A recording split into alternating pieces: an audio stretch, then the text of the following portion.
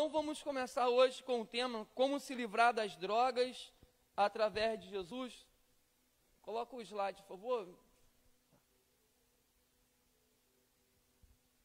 Então, esse é um tema muito polêmico, porque a própria OMS, ela vai dizer que as drogas, principalmente as drogas ilícitas, ela vai dizer que ela não tem cura.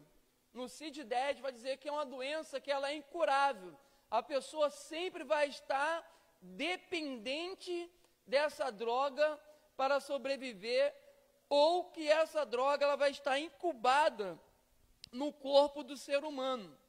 Porém, com a teologia, nós acreditamos que tem um Deus que nos liberta de qualquer coisa que faça parte da nossa natureza. Seja ela uma enfermidade, seja ela um comportamento, seja ela uma dependência física de uma droga. E isso, muitas das vezes, causa grandes discussões sobre se Jesus liberta ou não o dependente químico das drogas. Então, vamos lá. Passa o slide, por favor. Primeiro, as pessoas se perguntam o que é droga. O que é droga? Somente quem faz uso de algo entorpecente, ou que vai nas bocas de fumo comprar a droga, ou algo que não é permitido pela nossa legislação brasileira, que é uma droga, os próprios remédios tarja preta, você não pode comprar se você não tiver um remédio. E ele também é uma droga. Vamos ver o que é uma definição de droga. Passa para mim, por favor. Então, droga é o nome genérico dado a todos os tipos de substâncias naturais ou não, que ao serem ingeridos provocam alterações físicas e psíquicas. Ou seja, naturais. Normalmente, natural, nós falamos sobre maconha e cogumelo, que vem da planta, que vem da natureza. Então, se a pessoa ela usa a maconha, ela usa o chá de cogumelo, normalmente a sua condição psíquica e física ela é alterada. Ele já não tem controle, não tem domínio sobre o seu corpo. Então, uma droga natural. Isso vai alterar o seu estado físico e seu estado emocional. Por isso que há tanta briga na legislação brasileira. E algumas pessoas partidárias ao uso da maconha, porque se você for comprar uma maconha numa boca de fumo, ou com um traficante, você pode pegar naquele momento e tiver uma invasão policial, o policial pode te matar. Ou o traficante pode se desentender com o viciado, com o usuário de droga, e pode acabar cometendo um assassinato contra a vida dele. Mas o uso da maconha, ele não é permitido por causa da sua letalidade. A maconha, ela mata. Só quem tem um filho, um irmão, um pai, uma mãe, que é usuário de maconha, ele é dependente químico de maconha, faz esse uso contínuo, sabe o malefício que essa droga traz para a sua casa. Então, natural, normalmente falamos sobre a maconha. Questões tipo de substância, às vezes, que é produzidas em laboratório, normalmente é o LSD. A própria cocaína, mesmo vindo da folha de coca, ela também passa por um processo de refino que vai pegar e vai chegar até o final na merla e no crack. Essa substância química também, ela é má, ela destrói toda a família. Então vamos lá, pode passar. Vou passar esse vídeo aqui para todos os irmãos que estão nos acompanhando virem entender como é que é do começo de uso de um entorpecente até o final, quando a pessoa se torna um dependente químico. Pode passar para mim, por favor. Normalmente, alguém, quando ele vai fazer uso de qualquer tipo de entorpecente, no primeiro momento, ele sente uma sensação de prazer muito grande. Porém, com o uso contínuo, essa sensação de prazer que ele vai tendo, isso vai acostumando já o seu corpo. E normalmente ele vai buscando mais e mais, aumentando o uso para sentir de novo aquele prazer, para que ele venha ter a primeira sensação que ele teve lá antes. Por isso que a cada vez a pessoa vai aumentando mais. Quem não é acostumado a beber, toma um copo de cerveja, ele normalmente tem o seu sentido alterado. Vai passar agora? Vai ter o seu sentido alterado. Mas quando ele começa já a beber todo final de semana, um copo de cerveja já não deixa mais seu sentido alterado. E o que é que ele vai fazer? De um copo, ele vai passar por 1 litro. Uma garrafa, né? Hoje tem até o famoso litrão. E quando você vai ver, já está tão acostumado que ele não vai mais agora, ele não pede mais uma cerveja. Ele já pede um engradado e deixa ali, e as pessoas, ele vai bebendo, bebendo, e só vai embora, como eles falam, depois que eu derrubei uma caixa, derrubei 2 caixas. E aí que ele vai sentir aquela mesma sensação que ele teve no primeiro copo, porque ele já não sente mais o efeito do álcool no seu corpo. O seu corpo ele já começou a pegar e criar anticorpos contra aquilo, contra aquele álcool. Porém, como há o excesso que ele ingeriu de álcool, ele é feito um malefício muito grande para a vida daquele usuário de álcool. Por exemplo, outra coisa, né? Se você pega um pedaço de carne, você come ali, e você sente o prazer, depois se você começar a comer aquela carne todo dia, você tem o mesmo prazer em comer aquela carne que você sempre gosta? Não. É a mesma coisa com o dependente químico. Está no ponto? Então pode passar para mim, por favor.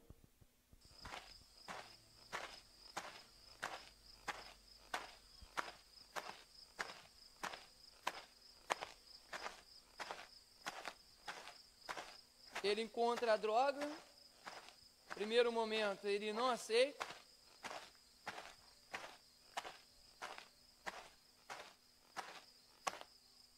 aí agora ele começa a observar e dá curiosidade, e ele vai, ó, só um pouquinho, não vai fazer problema, deixa eu observar como é que é.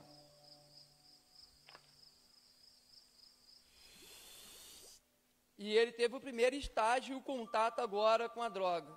E ele teve a alucinação porque isso não fazia parte do seu organismo. E agora é o famoso viajar. A alteração psíquica e física do seu corpo. E ele gostou. E agora ele que não fazia uso e não queria, agora vai começar a fazer uso de final de semana. Fez agora uma semana, outra, e ele começa a viajar. Por enquanto está tudo escondido dos familiares, dos seus amigos. E ele começou o namoro, mas viu que já começou a cair diferente. E agora, ele que não fazia uso, agora as pessoas ofereciam, agora ele vai atrás da droga. E ele vai buscar agora de novo aquele mesmo prazer. Ele já não consegue subir tanto. E a sua queda é mais devastadora.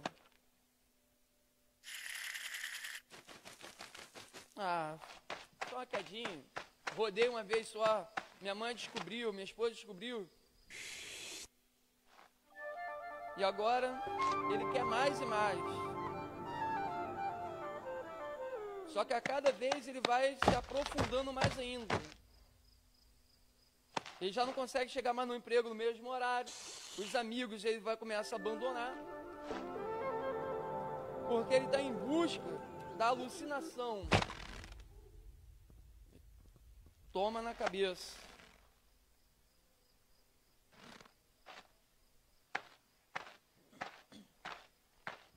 E ele vai em busca do prazer. Só que aquilo que começou com prazeroso, agora não mais o alucina e lhe faz muito mal.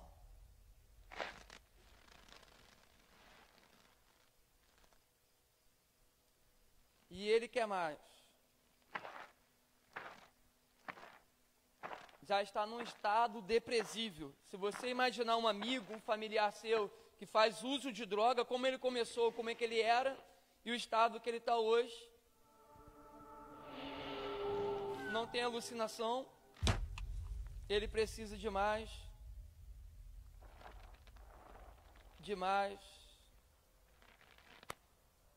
e ele já não sabe mais o que fazer. E não tem mais importância para ele agora o viver. O viver dele agora é correr atrás das drogas, no mundo obscuro, da criminalidade muitas das vezes, do abandono familiar, se tornar uma pessoa de situação de rua, vai andar somente à noite, seus filhos já não querem mais lhe ver, mas ele não tem mais uma outra companhia, para ele não é mais importante do que a droga. E ele pensa, se isso é tão importante para ele. Então você pegar em um momento rápido, todos nós temos um amigo, nós temos um familiar ou um conhecido que passou por essa situação. Um colega seu de trabalho que tinha um futuro grandioso, mas hoje ele está envolvido com as drogas e você olha assim, rapaz, eu queria ter tido a inteligência, a oportunidade dessa pessoa. Olha fulano, tinha uma família linda e hoje abandonou tudo, é um morador de rua. E ele passa de largo quando te vê, porque ele tem vergonha. Porque a situação dele, a cada dia, foi se agravando mais e mais por causa das drogas. E não tem como pegar e não se agravar. Porque o uso da droga contínua, ele sempre vai buscar mais e mais. A próxima, por favor. Então, as drogas elas são divididas em duas partes. A lícita e ilícitas. Qual é a lícita? Normalmente o remédio. O remédio que as pessoas tomam, elas são drogas lícitas, que às vezes não precisa de uma receita médica. Ou quando precisa de uma receita médica, o médico te dá, você vai lá e compra aquela droga para combater aquele mal que está no seu corpo. Também a questão do álcool e do cigarro, do tabaco. O tabaco é a droga que mais mata no mundo e é onde se é mais gasto dinheiro com saúde, com o tabaco, por causa do câncer de garganta, câncer de pulmão, por causa do uso do tabaco. E as pessoas fumam demais, e você vê que é tão poderoso esse negócio, que as pessoas, mesmo sendo liberado, e a taxação do cigarro, ela é tão alta que ele é caro, que tem até os cigarros do Paraguai. Você vê aí, Gift para lá e para cá, um monte de marca, e as pessoas vão comprar o cigarro do Paraguai, sabendo que mata e mata muito. E as pessoas buscam isso daí. Tanto que hoje não é nem mais permitido propaganda na televisão e no rádio falando bem sobre o tabaco, que antigamente mostrava principalmente o Marlboro, Normalmente o cowboy ia lá correndo atrás dos cavalos. Quem não se apaixonava pelo Marlboro? As novelas, pessoas fumando. E hoje a diminuição disso daí, porque nós não podemos colocar o incentivo.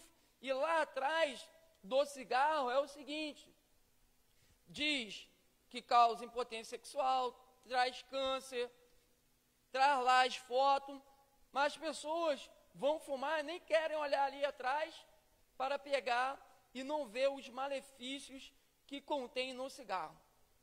Só que começa a pensar numa sã consciência. Como é que a pessoa virou dependente do tabaco? Como é que pessoas com grandes instruções, médico, que trabalha na área da saúde, conhece o corpo humano, e sabendo o malefício do cigarro, eles fumam? Um advogado que estudou bastante, como é que ele fuma? Juízes, pessoas normalmente formadas e fumam, professores, e fumam muito. Que conhecimento tão grande é esse? E sabendo do malefício que faz, continua fumando, continua ingerindo, continua fumando o seu tempo de vida, tragando aquilo dali. Não só isso, as pessoas são fumantes, que a gente chama fumante de tabela. Eles fumam junto com o outro, porque aquela fumaça do cigarro também é cancerígena.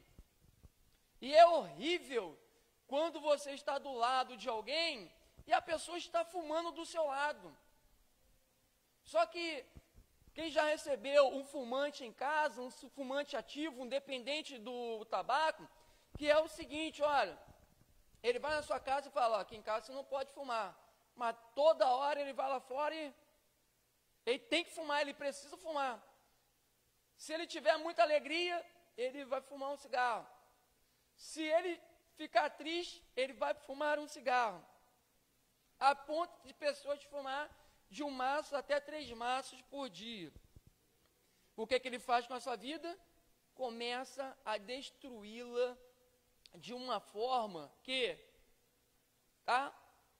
e isso é muito importante, que quando eu e você, que não fazemos uso do cigarro, precisamos muitas das vezes ir ao médico, não conseguimos, porque aquele leito está ocupado por uma pessoa que resolveu se autodestruir. Não, mas eu fumo com o seu dinheiro. É aí que você se engana.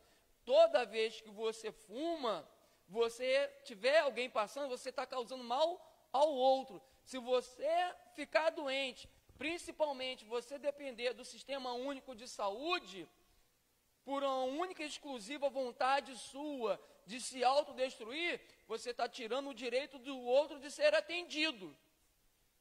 E o tabaco tem feito muito isso, tirado muitas vidas de pessoas. Pessoas com problemas pulmonares terríveis, sendo atendida no Sistema Único de Saúde, aonde ela não precisava estar sendo atendida. Ela poderia se autocuidar, ela poderia se autoproteger, e nós não teríamos bilhões e bilhões gastos por causa do tabaco. Outra droga lícita, que é o álcool, e começa normalmente o seguinte: olha, o pai ou o tio, um familiar que bebe, aí ele descobre que o filho dele, ele está bebendo. Aí chega assim: olha, você estava bebendo, por que você não falou comigo? Eu não quero que você beba escondido. Vamos beber junto. Ou seja, uma autoaprovação dos seus pais. Como dizemos para os nossos filhos que roubar, mentir é errado, o beber também é errado. Mesmo que o seu pai, ou sua mãe, o seu tio, o seu avô, alguém que te criou, o seu amigo, o seu conselheiro, ele esteja bebendo, não quer dizer que essa pessoa está fazendo uso do álcool que você é obrigado a fazer também. Se ele está se autodestruindo, não quer dizer que você tem que se autodestruir também. E mesmo que você esteja fazendo, você não é obrigado a aprovar o uso para o seu filho. Ao contrário, você tem que dizer para o seu filho o seguinte: olha para mim, depois que eu fiz o uso e fui continuando fazendo esse uso, eu já não consigo abandonar mais. Não entra por esse caminho, porque é um caminho quase sem volta. E como é que faz? Numa festinha, ele tem 15 anos. Tem 14, deixa ele se divertir. Aí tem 16, tem 17. E normalmente, o uso do álcool e do cigarro, eles são as portas para as drogas ilícitas. Raramente são os casos que a pessoa que começa a fumar maconha, fumar crack, fazer o uso de haxixe, de skunk, de lança, de maconha, ele já começa direto na droga ilícita. São raros os casos. Normalmente, ele abriu a janela com a droga ilícita. Foi com o álcool e com o cigarro. Raramente são os casos. Então, não se engane. Se você não quer que seu filho, se você não quer que seu amigo, que seu neto faça uso de droga ilícita ou venha ter a chance de usar essa droga ilícita, combata logo enquanto ele está fazendo o uso da droga lícita. Porque quando você chegar a um estágio mais elevado, você for cobrar dele, aí já era, já passou muito tempo. Os danos são muito maiores para você cobrar para a pessoa e você vai ter um trabalho imenso. Conheço vários e vários casos dessa questão de drogas ilícitas. Então, todos precisam de ajuda, mesmo o usuário de droga lícita quanto de drogas ilícitas. 56 milhões de brasileiros são atingidos pela epidemia das drogas. 56 milhões de brasileiros. Você vê aí, nós temos em torno de algo de 210 milhões, tem uma porcentagem muito grande de usuários de drogas. É uma quantidade grande. É raro você ver hoje um jovem que ele não faça uso de algum tipo de droga. É raro você conhecer alguém que ele não tome um ice, não tome um vinho, ele não tome a cervejinha, e é tudo, teoricamente, normal. É normal. É melhor ele estar bebendo em casa do que ele estar bebendo na rua. Não, ele está só num barzinho. É melhor ele estar tomando uma pinguinha ali, ou tomando uma cervejinha, do que ele estar na boca de fumo. Na realidade, não. É melhor ele não estar bebendo. É melhor estar fumando cigarro do que estar fumando maconha. Não, é melhor ele não estar fumando nenhum dos dois. Porque eu e você, nós não fomos criados para fazer nenhum uso de tipo de droga. Então o combate, ele está na raiz. E a Bíblia vai dizer: ensina ao teu filho o caminho que ele deve andar, para que ele, quando cresça, ele não se afaste dele.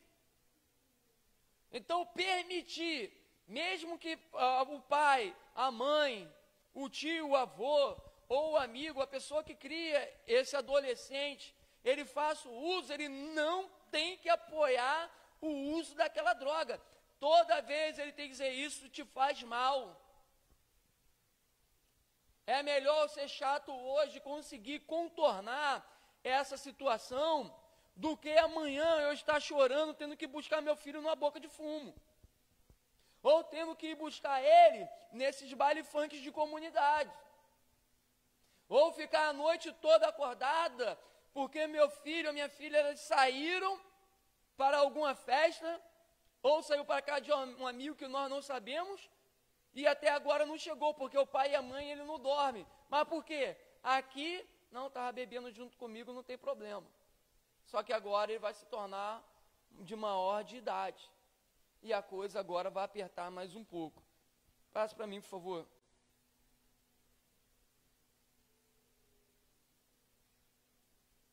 Pode passar.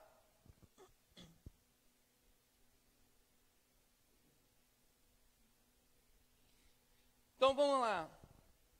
A dependência química. Olha o engano. Não sou dependente, paro na hora que eu quiser. Né? Essa é a frase clássica, lembra? Não sou dependente, eu paro a hora que eu quiser. Tem final de semana que eu bebo, tem final de semana que eu não bebo. Tem final de semana que eu dou um doisinho, tem final de semana que eu não dou um dois. Ou eu só cheiro quando eu bebo uma cervejinha, então só me beber uma cervejinha, não vou. Só quando eu dou uma saída, mas não é todo final de semana que eu não saio. Só faço isso quando é num pagamento. Poxa, eu trabalho, pô. Eu tenho direito de me divertir. Também sou filho de Deus. Opa, primeiro que filho de Deus não faz uso de droga. Aí aqui eu já começo a pegar a talhadeira e a marreta e quebrar aquela casca ali. Quem já ouviu falar, vai com essa pessoa, mas também sou filho de Deus, eu tenho o direito de me divertir. Não. É ali que é a deixa para conversarmos com ele, que filho de Deus não faz uso de droga. E a questão fala, não para, não é bem assim. Essa frase expressa desconhecimento total sobre dependência química, que é o caso da maioria esmagadora dos usuários de droga. Ele não para a hora que quer. Porque ele vai agora criando resistência, assim como vocês viram naquele vídeo, vai criando resistência contra a droga. Então ele não para. Porque se ele conseguisse realmente parar, ele não estava fazendo mais uso. Não era mais um uso continuado. Ele não fazia mais isso agora frequentemente. E um dado estatístico que nós temos é o seguinte, a maioria dos dependentes químicos, tá? Não é o usuário. A maioria do dependente químico, eles tiveram uma decepção e por isso se aprofundaram nas drogas. Porém, todo dependente químico um dia foi usuário, um usuário, né? Daquele que eu paro a hora que eu quiser. Ninguém se tornou dependente químico de uma hora para outra, começou a cheirar trilhos de cocaína e virar a noite na rua. Ninguém. A fumar maconha uma atrás da outra, ninguém. E digo para vocês, raros são os casos, que até hoje eu não conheço, que a pessoa já começou direto no crack. Possa ser que existe? Possa ser, mas são raros. Ninguém em sã consciência vai usar um crack sabendo que mata mais rápido, sem antes ter bebido uma cerveja, fumado uma maconha, cheirado uma cocaína, usado um lança-perfume. Normalmente, para chegar até o crack, que é as drogas mais mortais que nós temos aí, que tem levado muitos dos nossos jovens, é porque ele sempre está em busca de um prazer maior. Aquela droga que ele está fazendo uso agora, ele não está mais pegando e está sentindo prazer. E, vamos lá, após o desenvolvimento da tolerância, o organismo passa a querer mais e em progressivas doses, diminuindo o espaço de tempo para o uso e se tornando constante. Diante disso, você sabe o que é bicarbonato de sódio, ácido sulfúrico, solvente? Esses elementos estão na composição do crack, da cocaína. Imagine esses devastadores elementos químicos sendo injetados no organismo da pessoa. Bicarbonato de sódio, ácido sulfúrico e solvente sendo injetado no seu corpo. Quem vai pegar e vai chegar numa loja dessa aí de tinta, olha só, me vê uma latinha de solvente, que eu vou pegar uma seringa e vou jogar agora na minha veia. Olha, vou comprar um ácido sulfúrico, um ácido sulfúrico, espera aí, vou colocar aqui, vou num copo e vou beber. Quem vai fazer isso? Ninguém vai fazer isso em sã consciência, mas isso está nos componentes do crack e da cocaína. E quantas pessoas fazem o uso desses entorpecentes? Em estágio de loucura, ou de pegar, é para tirar onda. Vou tirar uma ondinha no final de semana com os meus amigos e vou fazer o uso dessas substâncias entorpecentes proibidas. E a cada dia mais se definhando. O interessante é o seguinte, é que normalmente o jovem, ele tenta impressionar os seus amigos, tenta impressionar os seus colegas para entrar num grupo, mas ele não tenta impressionar seu pai, a sua mãe, aquelas pessoas, seus amigos realmente que o amam, de não usar aquelas drogas. Você não tem que impressionar ninguém fazendo atos de loucuras e errado, mas você tem que mostrar para as pessoas que te amam que você é capaz de abandonar essa vida, se você já iniciou de uso contínuo ou mesmo esporádico das drogas, porque tem muitas pessoas que te amam. Próximo.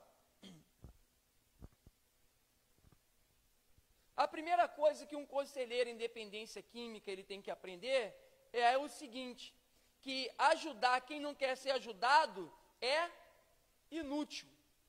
Jamais você vai conseguir ajudar uma pessoa que não quer ser ajudada. São diversos casos. Por exemplo, um casal onde se tem um relacionamento abusivo e o marido espanca aquela mulher constantemente e você vai ali e conversa com ela, larga esse cidadão, rapaz, ele vai acabar te matando. Quando você vai embora, um conselho que você deu para o bem físico e emocional daquela pessoa, ela continua com aquela pessoa, ela quer ser ajudada? Não, não quer ser ajudada. E o dependente químico é essa mesma coisa. Por isso a necessidade da entrevista. E muitas das vezes os pais ou o familiar, ele traz o dependente químico para o grupo de mútua ajuda, para fazer uma entrevista, para participar do grupo, e você, ao entrevistar o dependente químico, você vê que a vontade de largar é mais do pai, é mais da mãe, é mais do tio, é mais do avô, é mais do amigo, do que propriamente dito do dependente químico. Aí você diz, olha, eu não tenho como internar esse cidadão, não tenho como levar ele para o centro de recuperação, mas você não quer me ajudar. Não, não sou eu que não quero ajudá-lo. Eu estou aqui para ajudá-lo, porém é ele que não quer. E eu não tenho como ajudar uma pessoa que não quer ser ajudado. Eu não posso colocar um dependente químico dentro de um centro de recuperação somente para dormir.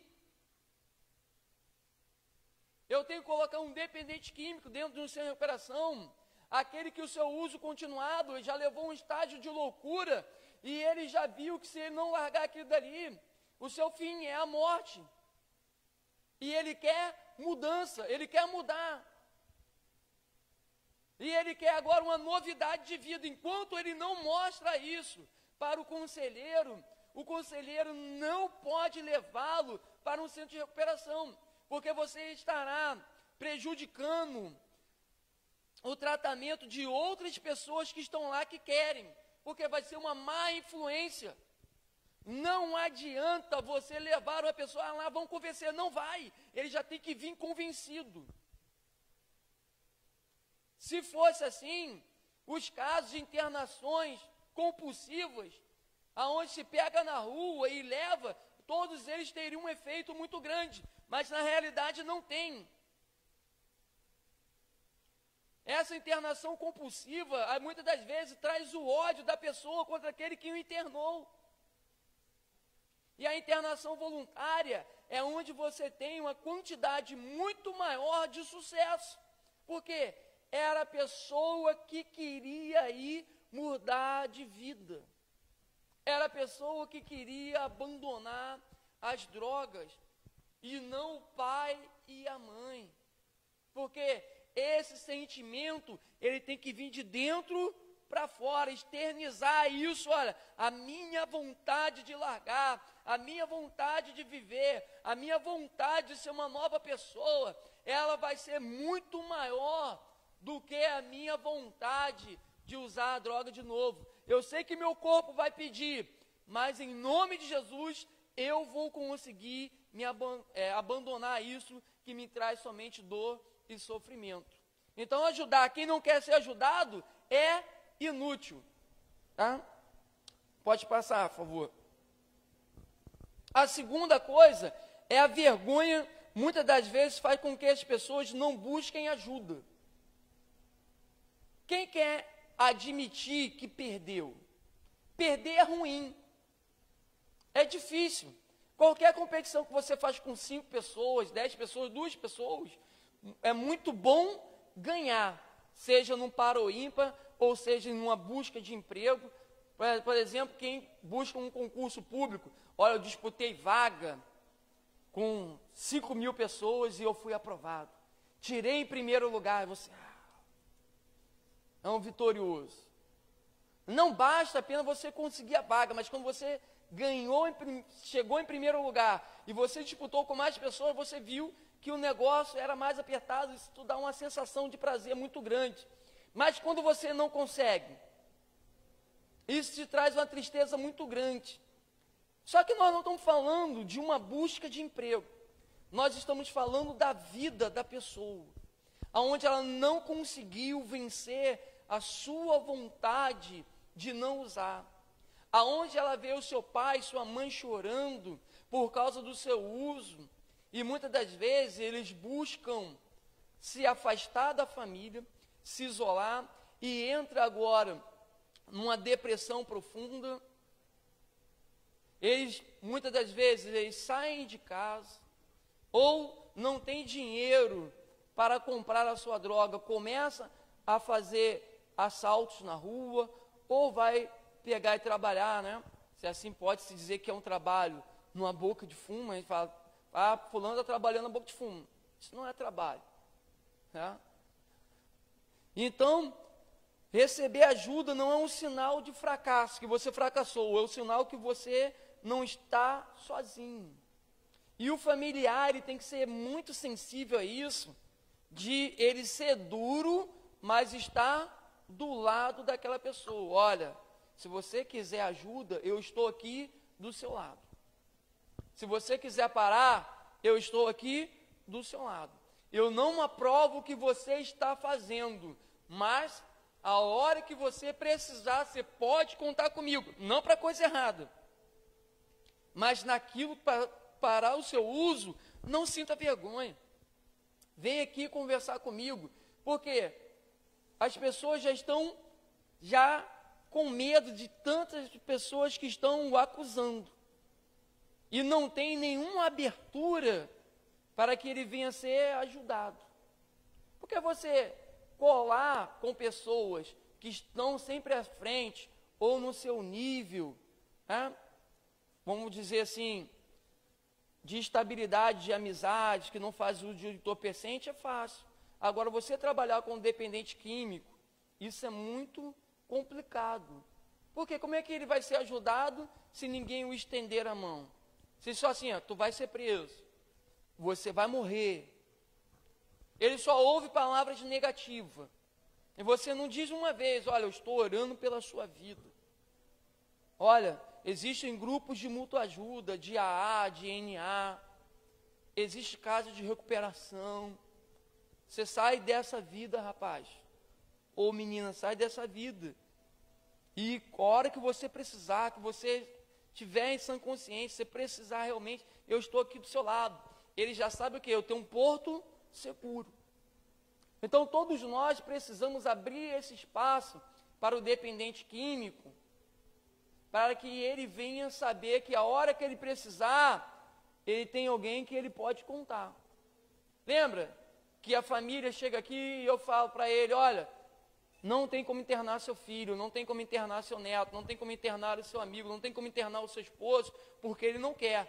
Mas eu falo para ele, o diácono Arnaldo está aí, ele sabe, a hora que você quiser, você pode me procurar que eu vou te ajudar. mas eu preciso que você queira. Eu preciso que você realmente esteja em sã consciência querendo mudar essa sua condição de vida. Eu estou aqui. Você pode me procurar que eu vou te ajudar. Ou seja, eu deixei um espaço para ele. E se ele realmente vai querer, naquele momento era só pela família, opressão à família, ele vai agora se abrir para que nós possamos ajudá-lo. Passa para mim, por favor. Então, a terceira, que a família sofre junto, é o retrato da codependência. A família, ela chora mais do que o dependente, porque o dependente, ele faz uso e traz aquela alegria momentânea para ele, mas o efeito colateral, ela cai onde? É na família. Por exemplo, a mulher que sabe que seu esposo, nesse momento agora, ele saiu para fazer uma busca, né, de um entorpecente em um lugar. Ou que ele saiu para comprar pão ou um frango para o almoço e até agora não chegou em casa. E ela sabe que quando ele chegar em casa, ele não vai chegar no seu estado natural. Olha que tristeza. E muitas das vezes, em casa está faltando alimento. E ele chega em casa e é agressivo com ela. A mãe que sabe que o filho saiu desde ontem e vai chegar ainda na ressaca, ou ainda na cheia de larica, com a fome para comer tudo, porque fumou maconha a noite toda. Essa mãe vai ficar como? Chorando, amargurada. Vai ficar aquela noite que ele não chegou, ela vai ficar sem dormir. Ela vai estar 24 horas no ar. Se ele não chegar ainda, ele vai estar 48, vai estar 72, até ele chegar e lá na noite, lá ele se divertiu, fez tudo. Mas a mãe, o pai, a esposa vai estar chorando dentro de casa. Os filhos têm medo do estado de alucinações que eles têm em casa para agredir os filhos. E somente Jesus pode mudar essa história. Pode passar para mim, por favor. A quarta, não tem domínio sobre a sua compulsividade. O dependente químico não tem noção da sua compulsão, mas é capaz de qualquer coisa, mesmo ilegal, para obter a substância. O dependente químico é aquele que ele tem que fazer o uso contínuo da droga. Como pessoa que ela tem diabetes, ela tem que tomar a insulina, não é isso? Tem que tomar o remédio para controlar a diabetes. Quem tem problema de pressão tem que tomar um remédio de pressão naquele dia, porque senão vai alterar o seu sistema. O dependente químico, ele precisa de droga contínua. E quando ele não tem mais dinheiro, ele já não consegue mais chegar no horário no trabalho, ele já não consegue diferenciar agora mais aonde ele faz uso, se é em casa, se é num trabalho. Ele não tem mais responsabilidade. Ele começa agora a vender tudo dentro de casa. E aqui, uma foto ilustrando um pai e uma mãe chorando. Porque esse garoto está destruindo o seu lar. Tudo que ele tem dentro de casa, ele vai vender. Já teve casos de nós fazermos internação onde a última coisa que ele tinha para vender era as portas e a janela da casa, que já não tinha mais nada. E aonde conseguimos internar essa pessoa. Teve um outro onde eu fiz a internação, ele já no seu estágio de loucura, ele defecava na sua própria sala. Era o banheiro, porque ele ficava muito louco. E você chegar lá naquela casa toda imunda, bagunçada, já não tinha mais nada. O seu irmão dava comida, mas para ele comer tinha que ir na casa do irmão. E ele já não tinha mais nada dentro de casa, a não ser alguns lençóis. E porque ele já tinha vendido tudo por causa, não foi de maconha, crack e nem cocaína, por causa do álcool. A dependência química do álcool. Pode passar, por favor?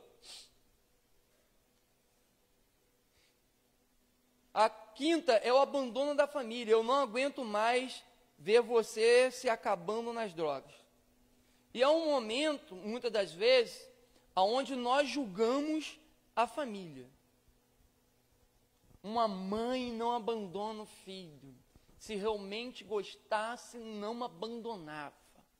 Se realmente ela amasse esse marido, às vezes a mãe dependente química, se realmente amasse meu filho, ou ele amasse minha filha, ele perdoava. Estava com ele até hoje.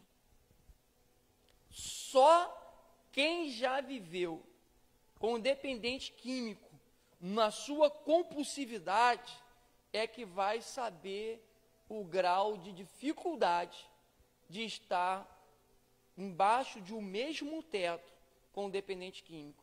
É claro que nem todos são agressivos. Nem todos que bebem vão brigar na rua, mas tem pessoas que bebem e vão brigar na rua. Nem todos que fazem uso de bebida ou qualquer outro tipo de entorpecente vai chegar em casa e bater na esposa. Mas tem muitos casos que batem na esposa. Por exemplo, principalmente na questão da cocaína, onde dá alucinações, onde ele acha que tem pessoas que estão perseguindo ele. Se ele tiver uma arma em casa, ele vai dormir com a arma embaixo do travesseiro. Imagina essa mulher agora dormindo do lado desse homem. Se ele não tiver uma arma de fogo, ele vai portar uma arma branca. Imagina você dormindo, seu marido está com um facão embaixo do travesseiro ou embaixo da cama. E no momento daquele de alucinação que ele acorda, olha, tem alguém aqui que está me chamando. A cocaína normalmente, sim, olha, ele vê alguém conversando, aí ele está falando de mim. Tudo estão falando dele. E ele começa a ver vultos e visões. Começa a ficar alucinado. Vê sinos badalando na sua cabeça. E ele começa a ver agora animais. Como é que você dorme debaixo desse mesmo teto com esse homem e muitas das vezes com o filho? Como é que você vai dormir com o seu filho nessas condições? Em alguns casos, as mães chegam até um estágio de acorrentar os seus filhos para eles não irem para a rua. Por quê? Muitas das vezes, ela pensa que é melhor ter ele em casa vivo, acorrentado, igual um animal, do que pegar e deixar que seu filho vá para a rua fazer uso de drogas. Aí sabe o que direitos humanos fala? Isso daí não pode. Mas ele diz que não pode, processa os pais, processa aquela mãe, mas ela não dá uma solução para aquele caso.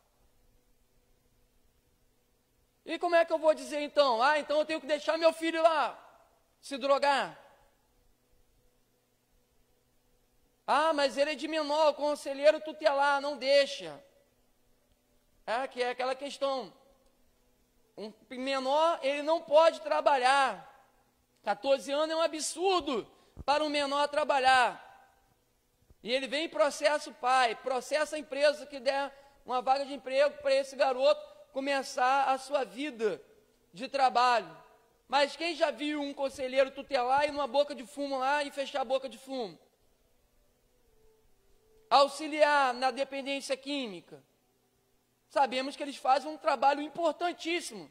Nada contra os conselheiros tutelares. Mas existem casos onde eles têm que tomar uma atitude, principalmente nessas questões de droga, com maior veemência. É somente internar no Parque Severino, porque vai tirar esse jovem do seu lar, na sua casa, na sua mãe, para colocar agora dentro de um presídio para menores, que eles não são presos, né? Eles são detidos e são levados para o conselho tutelar lá no Parque Severino, e aonde vai ter contato com jovens que muitas das vezes tiveram contato com crime, com roubo, e eles saem, às vezes, muito piores do que entraram lá, que o seu problema era somente a dependência química. Sabemos que o nosso país vive um momento muito crítico sobre o que é certo e o que é errado. Mas usar droga, seja ela lícita ou ilícita, sempre será errado, porque vai mexer com o estado emocional da pessoa. E às vezes, naquele momento, quando a familiar fala, eu não aguento mais, é a hora que essa pessoa ela vai para a rua. É a hora que a esposa ela pega os seus filhos e some no mundo, e não dá nenhum tipo de informação. É a hora que muitas das vezes a mãe, ela vai embora e deixa a casa. São diversos casos para você de conhecimento de causa, que o filho ele absorveu uma dívida tão grande com os traficantes, que os seus pais têm que vender a sua casa, o seu patrimônio, muitas vezes que foram de herança, ou que conquistaram com muito esforço e trabalho, tem que vender para pagar os traficantes e morarem de aluguel. Não são poucos os casos. Os pais tiram tudo por causa do filho. E muitas das vezes, essa pessoa no estágio de loucura não dá um pingo de confiança. Pode passar, próximo. A hora já está indo embora. A sexta parte é a questão da manipulação. O dependente químico, ele é manipulador, ele chora, sai lágrima, a famosa lágrima de crocodilo. Ele tenta te manipular de uma forma tremenda. Não, eu estou arrependido. Aí vai lá fazer uso. Não vou fazer mais, começa a fazer uso. E aqui era tanta mentira que ninguém acreditava em suas verdades. Porque ele mentia, mentia, mentia e mentia. Ele se enrolava tanto com as suas mentiras, que quando ele falava a verdade, ninguém acreditava mais. Já aconteceu isso? De alguém, você pegar uma pessoa tanto na mentira, quando fala a verdade para você, você não acredita. Você não sabe mais o que é verdade, o que é mentira, o que vem daquela pessoa. E com o dependente químico, ele já vem já com aquele alvo na testa, mentiroso, manipulador. Porque ele vai fazer tudo para te manipular, para fazer o uso da droga. Pode passar para mim, por favor. Pode passar, por favor. A sétima é uma vida de recaída. Tá? Nós conhecemos pessoas que são boas de lábios, né, Arnaldo? Já com o Arnaldo aí, junto comigo nessa pegada aí já há 2 anos, vê pessoas, se você demore, ele leva tudo que você tem para usar droga. Acho que como a gente já nesse tempinho aí, de 2 anos de Grupo Mútua Ajuda, já 12 anos como voluntário lá no CRERP, e nessa caminhada de evangelismo e missões, a gente já vai começando a criar a famosa craca. Você já vai começando agora a saber quem é quem está falando a verdade ou não, e muitas das vezes nós nos enganamos. Então não adianta ser bom no argumento e fracassar no exemplo. Não adianta eu ficar falando, mas se o meu exemplo ele não condiz com a minha fala. E as pessoas falam bonito. Não, eu não faço uso mais. Olha, eu luto com todas as minhas forças. Mas na outra semana, ele está caído de novo. Ele cai de novo. Ele não segue o evite e procure. Ele, na verdade, ele não segue o evite, né? Ele só segue o procure. Ele só, vai bambeando do outro lado. Na verdade, ele procura o evite, né? O não procure, que é o evitar o primeiro gole. Ele não evita, ele vai para dentro. E normalmente, ele tem síndrome de acusação e vai sempre falar assim, olha, eu fiz por causa que você me fez isso. Mentiroso. Você fez porque você queria. E agora quer trocar a sua responsabilidade de não ter usado para outra pessoa. Minha mãe brigou comigo, minha esposa falou mal comigo, falou asperamente. O traficante fala asperamente com ele, ele não larga de usar droga.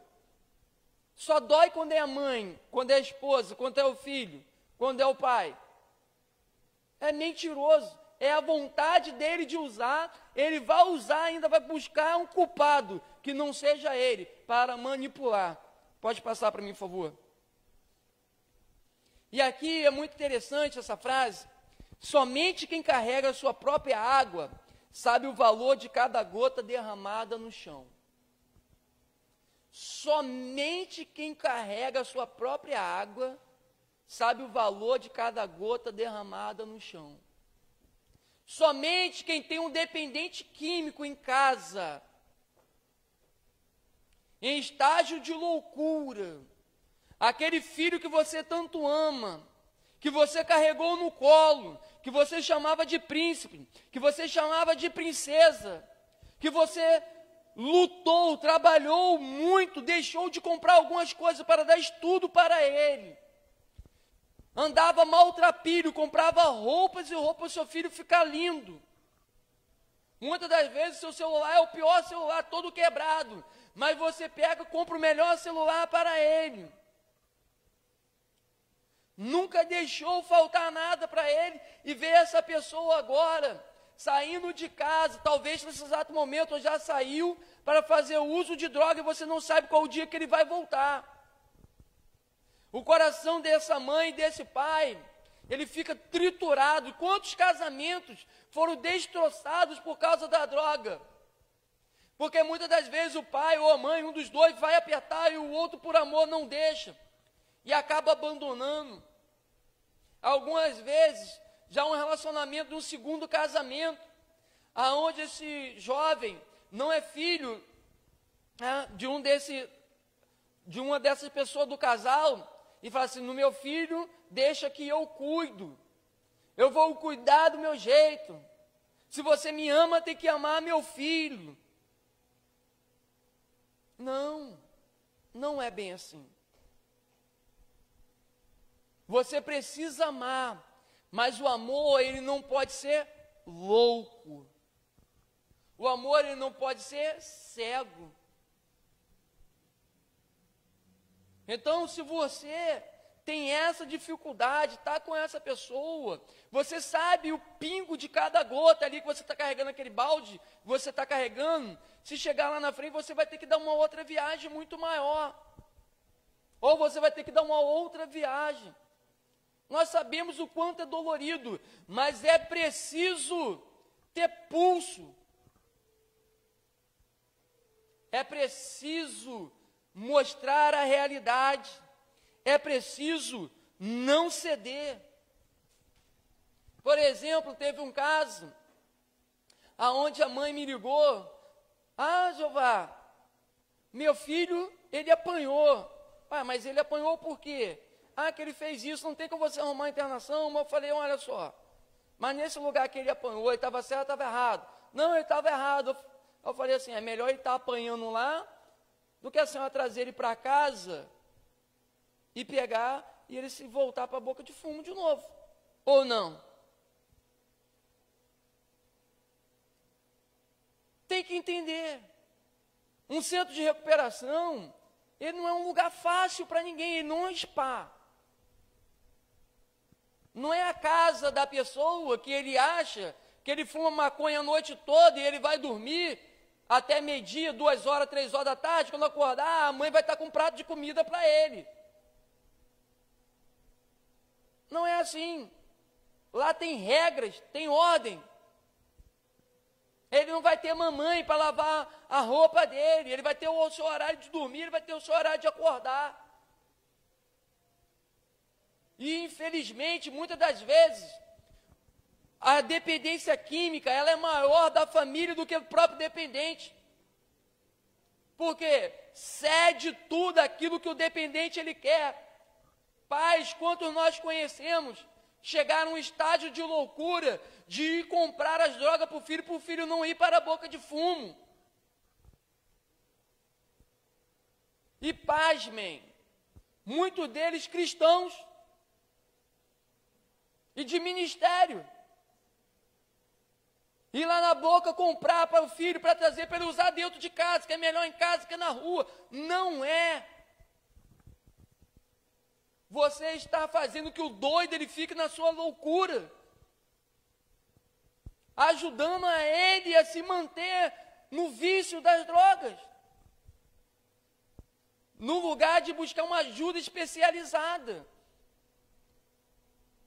Porque a ajuda não é só para o dependente, também é para o codependente, é para a família que sofre tanto quanto dependente químico, aonde desestabiliza toda uma família.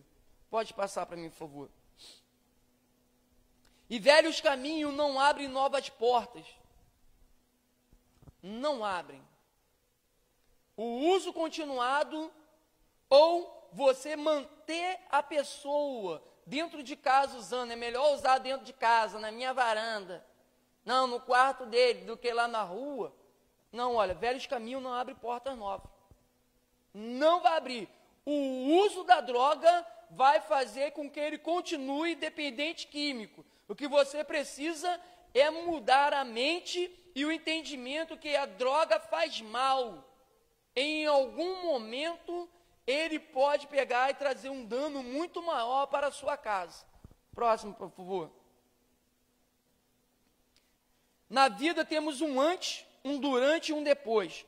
Por isso, pense antes e aproveite o durante para não se arrepender depois. Em João 8,36 vai dizer: se pois o Filho vos libertar, verdadeiramente sereis livres. O grupo de mútua ajuda, ele não trabalha somente a questão da dependência química. Eu falo para todas as pessoas que vêm para o grupo de mútua ajuda: se eu te ajudar somente a você se libertar das drogas, eu perdi. A igreja perdeu. Porque nós não queremos que pessoas somente sejam libertas das drogas. Nós queremos que você seja liberto do seu pecado. E que você tenha uma mudança de vida. Não é que você pegue e largue de usar droga e continue sendo um mau filho, um mau marido, um mau empregado, um mau pai. Eu quero que você largue as drogas e você seja um bom pai, um excelente marido, um excelente filho e ainda mais, que aceite Jesus como Senhor e Salvador da sua vida e mude essa sua vida que você vinha tendo. Mas para isso você precisa aceitar Jesus na sua vida. Pode passar para mim, por favor. E ninguém é obrigado a acreditar no que você fala, mas nas suas ações, sim. E é uma grande, talvez uma das maiores reclamações no grupo de mútua ajuda é que o dependente químico, ele chega e fala assim: meu pai já não acredita mais em mim, minha mãe já não acredita mais em mim, minha esposa já não acredita. Aí eu pergunto: você está fazendo diferente? Os lugares que você ia, mas há quanto tempo? Uma semana, 2 semanas, um mês. Mas vem numa vida de drogadição, 20 anos, 15 anos, 17 anos, em uma semana, um mês, 2 meses, ele quer que todo mundo volte de novo ao mesmo amor, à mesma confiança que ele teve. E não é assim. Você pegar a confiança de um ovo perdida, isso requer tempo. E talvez jamais em sua vida você vai conquistar de novo a confiança das pessoas que acreditaram em você. E você tem que estar disposto a entender isso. Não é isso, não? Ninguém é obrigado a acreditar no que você fala. Mas as suas ações, sim. Porque eu tenho que julgar as pessoas pelas ações dele. O que ele está fazendo, o que ela está fazendo, eu não vou ter como verbalizar mal se a pessoa está mudando. Porque ele não precisa falar nada. Mas você fala assim: olha, quantas vezes, olha como fulano mudou. Rapaz, olha lá, que tremendo. Ontem foi disso. Eu tive com algumas pessoas e tinha um garoto que ele era terrível. Muito terrível. Ele jogava até pedra no avião para tentar acertar no sol. Mas, o que aconteceu? Ontem ele veio conversando, calmo, sereno, tranquilo. E eu fiquei assim, tal, mas eu não tenho mais contato com ele. Aí depois eu perguntei para a pessoa: como é que é fulano? Não, hoje é uma outra pessoa. Olha que maravilha. Através de quê? Dos comportamentos que ele tem. Mas se ele não tivesse mudado, não teria mudança. E como se livrar das drogas? O primeiro passo é que você tem que admitir a sua dependência química. Você tem que admitir que você é impotente perante as suas ações. Enquanto você achar, lembra, na hora que eu quiser parar, eu paro, não, eu tenho que levantar as mãos e falar assim, ó, eu perdi, eu me rendo, eu não consigo vencer as drogas. E para isso agora, o que você vai precisar? De um poder superior. Quem é o poder superior? É Deus, Deus que vai te libertar das drogas. Os 12 passos do NA, o primeiro passo é você admitir que você não tem força contra as drogas, e é assim eu vejo o meu estágio de vida. E agora, segundo, eu preciso de um poder superior para pegar e me ajudar a vencer. E quem é esse poder superior? É Deus, é Jesus que vai te libertar. É Jesus que vai te ajudar a você sair desse mundo subescuro das drogas. Porque não tem um outro caminho. Porque para a pessoa que é dependente químico, normalmente são 3C. É caixão, cadeia ou centro de recuperação. Não tem outro jeito. Porque vai morrer usando essa desgraça de droga. Estava também conversando ontem com uma pessoa, que o filho ele teve uma overdose. Só que ao levar para o hospital, não falaram para os médicos que o filho tinha tido uma overdose. O que acabou acontecendo? No procedimento médico, ele acabou morrendo. Por quê? Deram anestesia nele e ele veio a falecer. E querem culpar como erro médico. Não, a família que deveria ter avisado que o seu filho era dependente químico, para salvaguardar a vida dele. O segundo passo é peça ajuda a alguém da sua confiança. E como é que eu vou ter confiança em alguém? É essa pessoa que eu falo assim, olha, eu vejo a postura dela e uma postura de quem eu possa acreditar. Então, se ele vem para mim e eu fico ele não vai me ver com pulso firme. Quando ele precisar desabafar alguma coisa, de ajuda, ele vai procurar essa pessoa? Assim não. Mas aquela pessoa, olha, o que você está fazendo é errado. Mas se você quiser mudar, eu estou aqui. Ele pode te odiar, mas ele sabe que você vai ser o porto seguro dele. Ele falou que vai me ajudar, vai chegar aqui, não, eu quero ajuda. Ele vai te ajudar. Você vai poder ajudar. Terceiro passo é procure grupos de ajuda terapêutica. Porque num grupo de mútua ajuda, nós tratamos perfis de dependência. Tem casos que precisam buscar um psiquiatra, porque já não é mais somente o problema da droga, ele já agora tem alguma doença psicossomática, ele vai precisar também de um terapeuta, ele vai precisar tomar algum tipo de remédio. A gente vai ver onde é o ambiente que ele frequenta, que ele mora, e isso tudo nós traçaremos projetos para ele, para que ele venha cumprir esse espaço. Mesmo assim, ele não conseguindo, aí sim, vamos para a última coisa, que é a internação. Quarto passo é tenha força de vontade. É querer força de vontade, ter força de vontade, é querer. Por exemplo, foi muito engraçado um dia aí, eu sempre falo, eu não gosto, nunca tive interesse de trabalhar em serviço de órgão público. Mas eu sei, para trabalhar em órgão público tem que estudar muito, demais. Tem pessoas que são chamadas de concurseiro, estudam direto para diversos concursos. Aí, não vou chamar de abençoado, mas um aí que foi procurar no Google não, no YouTube, como passar, macete para passar no concurso público. Não existe macete. Ou passar no concurso público facilmente. Não existe esse macete.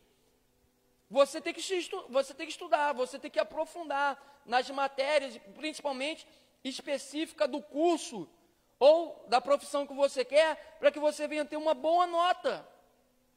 E isso é o quê? Renúncia das outras coisas que não são necessárias para você colocar toda a sua energia naquilo que é necessário. E a força de vontade é essa aqui, olha, eu vou agora empregar a minha força nisso aqui, em quê? Na minha libertação. Minha força e vontade em parar de usar droga. Porque se ele tiver coisas aleatórias, ele não vai conseguir ter foco. Ele pode até ter uma meta, mas se ele não tem foco, já era. Tem até um dizer, né? Foco, força e fé. Então, se você tem uma meta, mas se você não traça um projeto e não tem foco naquilo ali, esse projeto raramente vai sair. Se sair, ele sai capenga. O quinto, se afaste dos amigos viciados. Ah, mas é meu amigo, é meu pai, é minha mãe, é meu irmão. Oh, meu amigo, você vai ter que fazer uma escolha. E essa escolha era dura.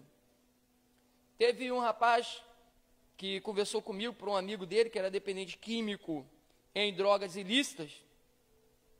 Ah, Jeová, estou precisando de um auxílio. Beleza, vamos lá. Quando chegou aqui, eu falei, olha, você trouxe o rapaz. Poxa, isso é uma dedicação de confiança, amigo, carinho. Mas vamos fazer uma coisa. Você toma sua cervejinha todo final de semana, não é? Toma. Mostra para ele que é possível abandonar o vício, você não bebendo mais.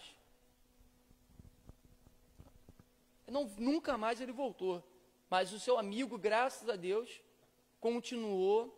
E hoje, semana passada falei com ele, até hoje, ele não teve mais nenhum tipo de recaída. Mas o outro, que julgava que o problema do outro, a dependência era maior, é uma mentira, que a dele é maior, que até hoje ele continua bebendo. Então, até essa companhia foi boa, esse afastamento para o próprio tratamento daquele dependente químico de droga ilícita. Sexto passo, se tiver uma recaída, não desista, vá até o final. Há tropeções no meio do caminho. Teve recaída, não é porque ele errou que eu vou jogar ele fora. Eu tenho que fortalecer. Olha, tu ficou uma semana, cara, tu consegue ficar aí 2 semanas, 3 semanas. Existe também aqui o processo de redução de danos. Que a gente conversa com as pessoas na redução de dano, ele vai diminuindo. E com isso a gente vai conquistando a confiança e ele vai vendo que é possível parar. Mas isso tudo é um processo que ele tem que querer. O próximo. Marcos capítulo 2, versículo 15 a 17, vai dizer o seguinte: e aconteceu que, estando sentado à mesa, em casa deste, também estavam sentados à mesa com Jesus e seus discípulos muitos publicanos e pecadores, porque eram muitos, e o tinham seguido. E os escribas e fariseus, vendo-o comer com os publicanos e pecadores, disseram aos seus discípulos: por que come e bebe ele com publicanos e pecadores? E Jesus, tendo ouvido isso, disse-lhes: os sãos não necessitam de médico, mas sim os que estão doentes. Eu não vim chamar os justos, mas sim os pecadores ao arrependimento.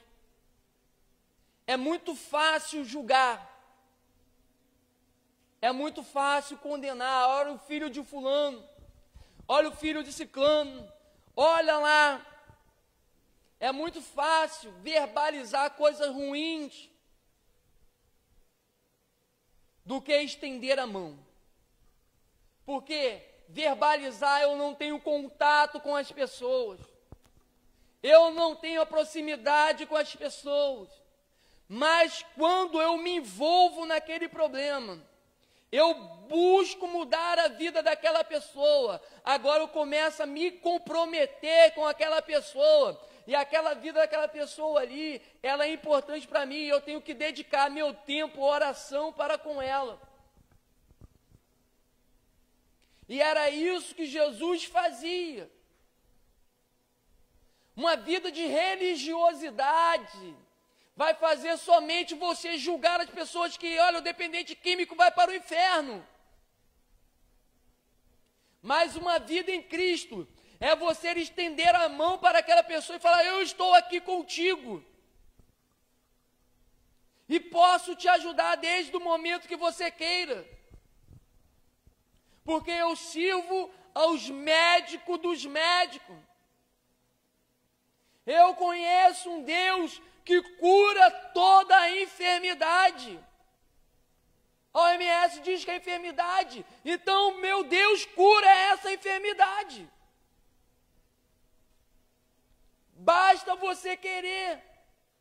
É você se arrependa dos seus pecados.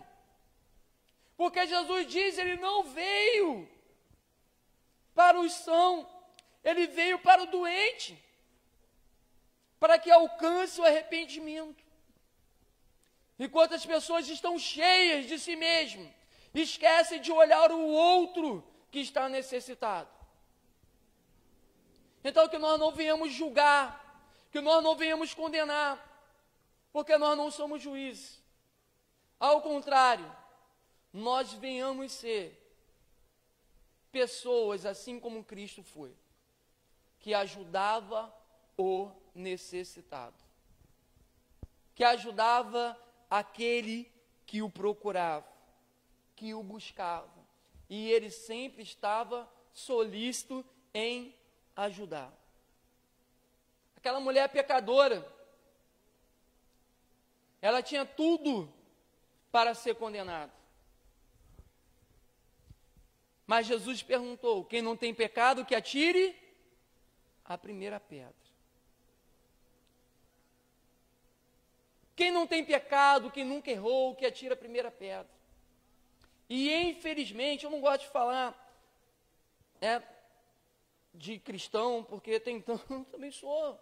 Mas infelizmente as pessoas faziam tudo de errado lá no mundo, e quando vem aqui agora, querem condenar as pessoas, que quando ele estava lá não queria ser condenado. Na realidade ele precisava de uma mão. E Jesus disse: não te condenaram, também não vou condenar. Vai e não peques mais. Assim como Jesus deu oportunidade para aquela mulher, dê oportunidade para essas pessoas que estão necessitadas da sua ajuda. Se você está ouvindo aqui hoje, isso aqui, nós sabemos que em algum momento Jesus vai preparar uma situação dessa para você ajudar essas pessoas.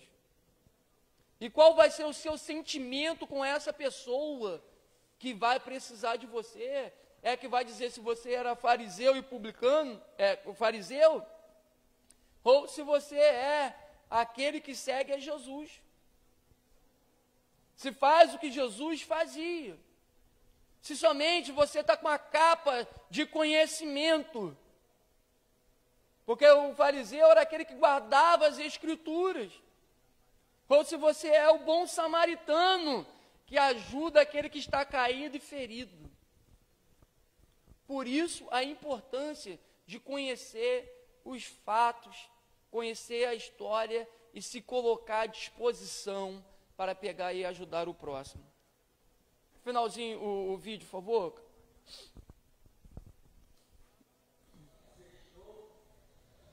Não está saindo aqui não. Volta para mim, por favor.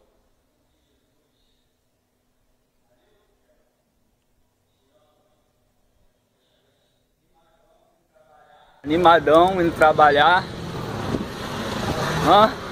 Sextou. Fazer um dinheirinho com meus filhos. Dinheirinho não, um dinheirão. Em nome de Jesus. Valeu, filhão. Te amo, filho. Deus te abençoe. Tamo junto, misturado. Pode tirar, por favor. Então, esse vídeo, irmãos, é um dos vídeos que mais me traz tristeza no meu coração. Porque esse jovem ficou comigo em tratamento há algum período. E ele vinha tendo algumas recaídas, mas a gente sempre ajudando. A sua mãe, uma pessoa de fé que jamais o abandonou, guerreira demais. E nesse dia ele estava indo trabalhar. E ele manda esse áudio para o filho. E vai dizendo que, pô, filho, eu te amo. Só que chegar em casa por volta de 18 horas, dá 18 horas ele não chega em casa, dá 19, não chega em casa, dá 0 hora, meia-noite, não chega em casa, dá 3 horas da manhã, a mãe está acordada e não chega em casa, 6 horas da manhã, chega a notícia, mataram o seu filho. E isso me entristece muito, porque ele estava, eu sempre falo, estava aqui na minha mão. Não é que eu não aceite, como teve outros casos também, não é que eu não aceite, é que às vezes isso me faz ter a vontade de me esforçar mais ainda para não perder mais ninguém. Porque ele estava aqui com a gente. Essa história com o filho dele, ele poderia continuar. O filho dele, mais ou menos a idade do Marcelo, do Gabriel. E o pai, ele vai ter a história que teve um vídeo onde seu pai mandou dizendo que o amava. E que foi assassinado, apaulado. Olha a história de vida desse filho, que ele vai crescer contando. Ele poderia estar cuidando do seu filho hoje. Nós não sabemos o motivo. Sabemos o final. Sabemos que de manhã ele estava indo trabalhar. E depois só que chega a notícia para sua mãe que ele foi assassinado. E eu não quero, né, como também já teve outros casos, perder mais ninguém. E para isso, eu preciso que os irmãos nos ajudem em oração. Que os irmãos olhem para as pessoas que são dependentes químicas e vejam que eles também são dependentes da graça de Deus. Para que assim como a mãe desse jovem não sabe o porquê, as outras mães também não têm essa mesma tristeza, sem ao menos dar oportunidade ao seu filho de participar de um grupo de mútua ajuda e poder estar liberto das drogas. É triste demais. Mas Deus pode mudar essas histórias. Deus pode fazer totalmente diferente. Deus pode mudar a história dessa pessoa. E uma frase que nós falamos: se você tem problemas com drogas ou conhece alguém que tem e ela quer ajuda, traga ela aqui, entre em contato, nós podemos ajudá-la. Ele não quer, continue intercedendo, porque o nosso Deus é o Deus que quebra o coração de pedra e coloca o coração de carne. É o Deus que atende às orações do justo. É o Deus que Jesus diz que para Deus não há nada impossível. É o Deus que faz novas todas as coisas. E a boa obra que Ele começou, Ele há de terminar. É o Deus que salvou Noé, mas juntamente salvou a família de Noé. É o Deus que era com Josué, e Josué disse que eu e minha casa serviremos ao Senhor. Existe também algumas situações onde o próprio povo de Israel, que dizia ser povo que se perderam, mas nós temos que olharmos para as histórias que foram de sucesso, histórias que continuaram, porque a minha e a sua não pode ser assim. Eu tenho que buscar, e você tem que buscar pelos nossos amigos, nossos familiares, que Deus vai fazer tudo novo na vida dele. E que Deus irá curá-lo e libertá-lo no nome de Jesus. Curve suas cabeças, feche seus olhos. Pai, Tu és um Deus tremendo, Senhor. e não há, ó Pai, quem possa, Deus, com o poder das tuas mãos. Diz a tua palavra, Senhor, agindo o Senhor, quem impedirá? Ninguém pode impedir, Senhor, o agir das tuas mãos. Diz na tua palavra, Senhor, que basta ao menos uma palavra do meu Deus, para que o milagre aconteça. Pai, entra na causa agora, Pai, desse teu filho e tua filha, que está intercedendo agora, Pai, pelo seu amigo, pelo seu ente querido, Senhor. Essa mãe que está sofrendo, está chorando. Para esse pai que já está desesperado, que não sabe mais o que fazer, ó Deus. Para essa mulher, Senhor, que está vendo, ó Pai, o seu casamento, ó Pai, diluindo. Porque o uso contínuo da droga, ó Pai, tem trazido tristeza e levado embora o amor. Mas, Senhor, aonde o Senhor entra com as tuas mãos poderosas, o milagre acontece. Aquela mulher já estava indo, ó Pai, desesperada, chorando, porque o seu filho, ó Pai, havia morrido, Senhor. Ela já não tinha mais ninguém para cuidar dela.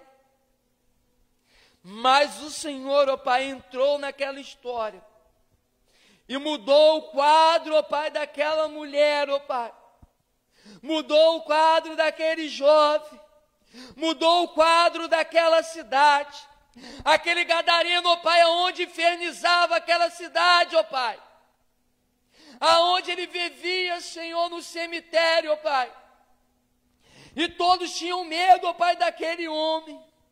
Mas o teu filho, ó Pai, ao entrar naquela cidade, a expulsar aqueles demônios, mudou o quadro, ó Pai, daquele homem endemoniado, mudou o quadro, ó Pai, da família dele, e mudou o quadro daquela cidade, aonde as pessoas viram o teu poder, ó Deus, que aquele que está clamando agora, ó Pai, nesse momento, venha receber, ó Pai, a virtude do Senhor, a autoridade do Senhor, e expulsar esses demônios, ó Pai, a qual tem perturbado, ó Pai, essas pessoas, a usarem essas drogas, ó Pai, a serem dependentes dessas drogas, Senhor. Vai quem manda agora é todo espírito maligno no nome de Jesus. Todo espírito, ó Pai, de Exu Caveira que tem tentado tirar a vida, ó Pai, desse homem, que vem traçando, ó Pai, laço de morte, ó Pai, tranca-rua, vai cortando agora esse laço, agora no nome de Jesus. Espírito de morte, você que preparou esse laço para matar essa pessoa hoje, eu te repreendo agora no nome de Jesus. Liberta esse homem, liberta essa mulher agora no nome de Jesus. Deus Santo e Poderoso, todo espírito de, ó Pai, de preto velho, Senhor, de malandrinho, Senhor. Ah, Deus, vai agora, Pai, quebrando, ó Pai, todo jugo pesado de Satanás no nome de Jesus. Aquele que a sociedade tinha como bandido, homicida. Muda a história dele, Pai, e glorifica e exalta o teu santo nome, ó Deus, na vida dessa pessoa, e todos venham ver a tua glória, no nome de Jesus. É assim que eu te oro, Deus, e já te agradeço, em nome de Jesus. Amém e graças a Deus.